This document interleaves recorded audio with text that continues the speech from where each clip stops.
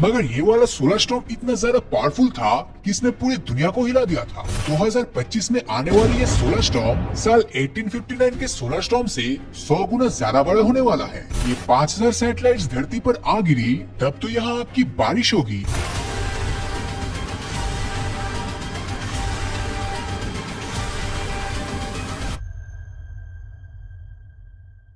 NASA के मुताबिक साल 2025 में अब तक का सबसे खतरनाक सोलर फ्लेयर धरती से टकराने वाला है और उनके एक सैटेलाइट ने सूरज पर धरती के साइज से भी 1000 गुना बड़ा एक ब्लैक मास देखा है जो सोलर स्टॉर्म के फॉर्म में हमसे बस टकराने ही वाला है। इससे पहले कि आप इसके खिलाफ कोई तैयारी कर पाओ बहुत देर हो चुकी होगी, क्योंकि इस मैसेज को धरती तक पहुंचने में 8 मिनट 20 सेकंड का समय लगता है और इतने में ही बहुत सारे रेडिएशन, इलेक्ट्रोमैग्नेटिक वेव्स और हाई एनर्जी पार्टिकल्स धरती पर आ बरसेगा, जिससे धरती पर हर तरफ तबाही का मंजर शुरू हो जाएगा। ये सोलर फ्लेयर इतना स्ट्रॉन्ग होगा कि इससे निकलने वाली एनर्जी करोड़ों न्यूक्लियर ब्लास्ट से निकलने वाली एनर्जी के बराबर होगी, जिसके सामने धरती की मैग्नेटिक फील्ड तो क्या खुद धरती ही तबाह हो जाएगा। साल 1859 में भी एक ऐसा ही सोलर फ्लेयर धरती से टकरा चुका है। दरअसल ब्रिटिश एस्ट्रोनॉमर रिचर्ड कैरिंगटन जब 1 सितंबर 1859 की सुबह सूरज में होने वाले अलग अलग एक्टिविटीज को ऑब्जर्व कर रहे थे, तब उसी दौरान उनके टेलीस्कोप में अचानक से इतनी तेज लाइट रिफ्लेक्ट हुई कि करीब 5 मिनट तक उन्हें सब कुछ दिखना बंद हो गया था। रिचर्ड को लगा कि उनके टेलीस्कोप में शायद कोई कॉमेट फ्लैश हुआ है, जिसके चलते उन्होंने इसको पूरी तरह नजरअंदाज कर दिया और उनकी इसी गलती का अंजाम पूरी दुनिया को भुगतना पड़ गया। अब टेलीस्कोप में रिफ्लेक्ट हुई वो लाइट किसी कॉमेट की नहीं बल्कि सूरज से निकला हुआ प्लाज्मा बम था, जो लाखों किलोमीटर पर सेकंड की रफ्तार से धरती की तरफ ऑलरेडी बढ़ चुका था। अगले ही दिन यानी कि 2 सितंबर 1859 को जैसे ये फ्लेयर धरती की मैग्नेटिक फील्ड से टकरा गई, तब उसके तुरंत बाद ही चारों तरफ खूबसूरत ऑरोरास दिखाई देने लगा, मानो जैसे आसमान अलग अलग रंगों से भर गया था। हालांकि सुंदर से दिखने वाले ऑरोरास सिर्फ नजर देने के लिए नहीं बने थे, बल्कि ये तो तूफान के पहले की शांति की तरह था, जिनकी ब्राइटनेस इतनी ज्यादा थी कि लोग रात को ही दिन समझने लगे थे और अमेरिका के गोल्ड माइनर्स ने उस रात को दिन समझकर माइनिंग की शुरुआत कर दी थी। इसके बाद सोलर फ्लेयर्स में मौजूद चार्ज्ड पार्टिकल जब धरती के अपर एटमॉस्फेयर में एंटर हुआ, तो उसके तुरंत बाद धरती के सभी electrical appliances, light poles, electrical transformers ने और तो और टावर्स में भी आग पकड़ना शुरू कर दिया था। साथ ही सभी कंपनीज के टेलीग्राफ सिस्टम भी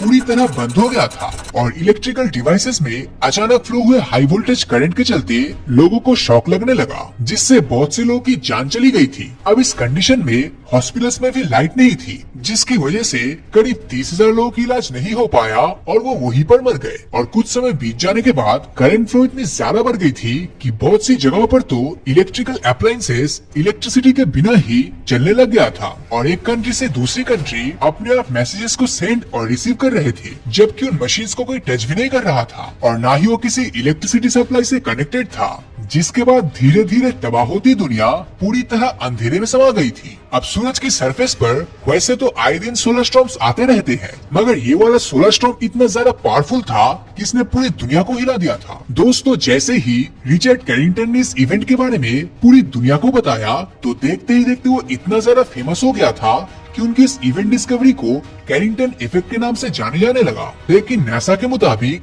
2025 में आने वाली ये सोलर स्टॉर्म साल 1859 के सोलर स्टॉर्म से 100 गुना ज्यादा बड़ा होने वाला है, जिसे एनर्जी के टर्म्स में देखे तो इसका इम्पैक्ट तब के सोलर फ्लेयर से 1000 गुना ज्यादा होगा, जो हमारे लिए बहुत ही चिंता का विषय है। अभी तो सभी इलेक्ट्रिकल डिवाइस का अपने आप चलना, पावर ग्रिड का फेल होना और कम्युनिकेशन का ठप पड़ जाना एक बहुत ही छोटी सी घटना है, मगर इसके आगे जो होगा वो वाकई में डरा देने वाला है। हमारी धरती के चारों तरफ करीब 5000 से ज्यादा सैटेलाइट्स घूम रहा है और ऐसे में जब सोलर फ्लेयर इन सैटेलाइट्स के सिस्टम को हिट करेगा, तब ये सभी काम करना बंद कर देगा, जिसके बाद इंटरनेट, जीपीएस और कम्युनिकेशन तो खत्म होगा ही, साथ ही इनमें से बहुत से सैटेलाइट्स अपना कंट्रोल खोकर धरती पर गिरने लगेगी। और अगर बदकिस्मती से ये 5000 सैटेलाइट्स धरती पर आ गिरी, तब तो यहाँ की बारिश होगी, क्योंकि धरती के एटमॉस्फेयर में दाखिल होने पर एयर फ्रिक्शन की वजह से ये किसी एस्ट्रॉइड की तरह जलने लगेगी और धरती पर गिरकर तबाही मचा देगी। अब अगर कोई छोटी सी सैटेलाइट भी अचानक से धरती पर गिरता है, तब वो अपने आसपास के 2 शहरों को आराम से तबाह कर सकता है।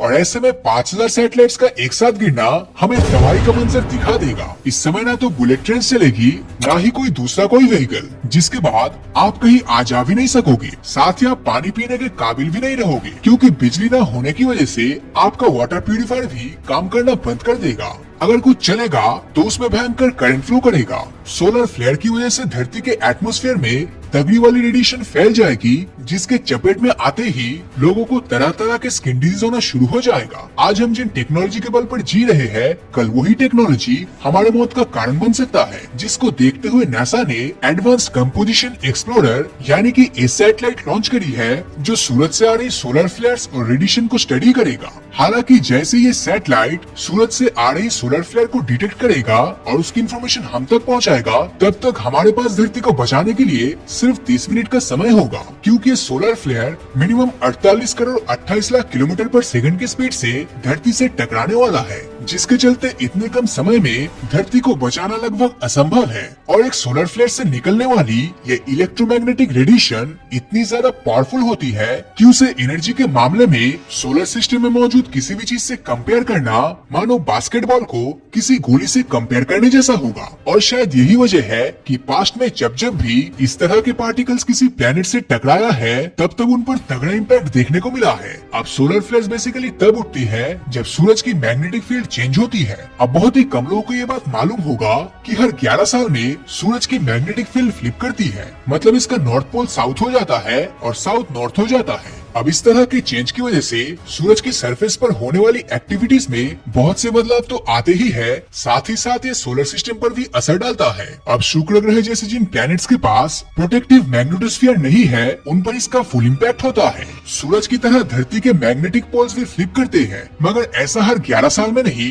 बल्कि करीब 3 लाख साल में एक बार होता है। हालांकि धरती पर जो लास्ट पोल रिवर्सल हुआ था, वो करीब 8 लाख साल पहले हुआ था। यूनिवर्सिटी ऑफ कैलिफोर्निया के कंप्यूटर साइंस प्रोफेसर इस ज्योति ने 2021 में एक solar superstorm planning for an internet apocalypse नाम से एक पेपर लिखा था, जिसमें उन्होंने ये जानने की कोशिश करी थी कि आखिर हम ऐसी किसी तबाही के लिए कितना तैयार है जो हमें मिलने वाली इंटरनेट सुविधा को रोक सकता है। इस पेपर के जरिए उन्होंने अपनी फील्ड से जुड़े लोग और गवर्नमेंट को भी ऐसी किसी कंडीशन से निपटने के लिए उठाए जाने वाले स्टेप्स के बारे में बताया। अब इस पेपर का मकसद लोगों को ऐसी किसी कंडीशन के खिलाफ पहले से तैयार करना था, मगर लोगों ने इसे एक अलग एंगल से पकड़ा और इसे तबाही का एक प्रेडिक्शन मान लिया। इस ज्योति के मुताबिक उन्होंने इंटरनेट एपोकलिप्स वर्ड का यूज लोगों का ध्यान इस पेपर की तरफ खींचने के लिए था, मगर उन्हें इस बात की जरा भी भनक नहीं थी कि उनके इस वर्ड का यूज करके कुछ लोग मिस इन्फॉर्मेशन फैला देंगे और दुनिया के अंत की बात करने लगेंगे। अब ऐसा सिर्फ इस ज्योति के साथ ही हुआ था ऐसा नहीं है,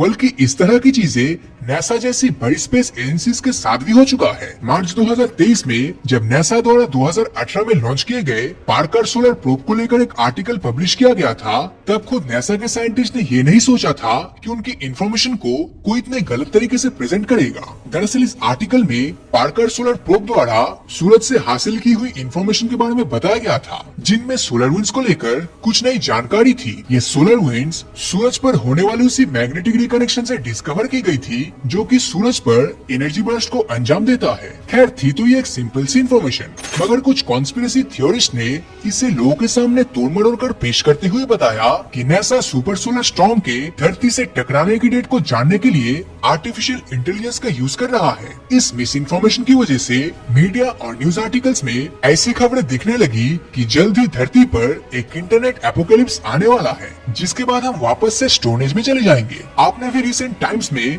इसके बारे में कहीं न कहीं तो सुन ही लिया होगा, मगर सच तो ये है कि नासा ने ऐसा कुछ कभी पब्लिश ही नहीं किया था। मतलब उसकी ओरिजिनल रिपोर्ट में भी ऐसी किसी घटना के बारे में जिक्र नहीं था। बहुत ही कम लोग ये बात जानते हैं कि रिसर्चर्स के अकॉर्डिंग पहले ये सोलर फ्लेयर 2025 में आनी थी, मगर बाद में कई जानकारों ने कहा कि ये इसी साल यानी 2024 में ही आएगा। साइंटिस्ट तो ये तक मानते हैं कि अगले 2 सालों में सोलर स्टॉर्म की संख्या बढ़ने वाली है, पर उन्हें इस बात पर अभी भी विश्वास नहीं है कि कोई सोलर स्टॉर्म इंटरनेट को बंद कर सकता है। दरअसल सूरज की 11 साल की साइकिल में on an average 2000 solar flares आ चुका है, और क्योंकि ये सूरज की सरफेस तक ही सीमित होता है, इसलिए इनका धरती पर कोई इम्पैक्ट नहीं पड़ता। और जब बात सोलर मैक्सिमम की स्टेज की आती है, तब कई बार पहले भी ये स्टेज आ चुका है और इसका धरती पर कोई इम्पैक्ट नहीं पड़ा। खैर इम्पैक्ट पड़ने का मतलब ये नहीं कि आगे भी ऐसा कुछ भी नहीं होगा, मगर इतना जरूर माना जा सकता है कि 2024 या 25 में तो ऐसा कुछ भी नहीं होने वाला, इसीलिए बेकार में डरना बंद कर दीजिए।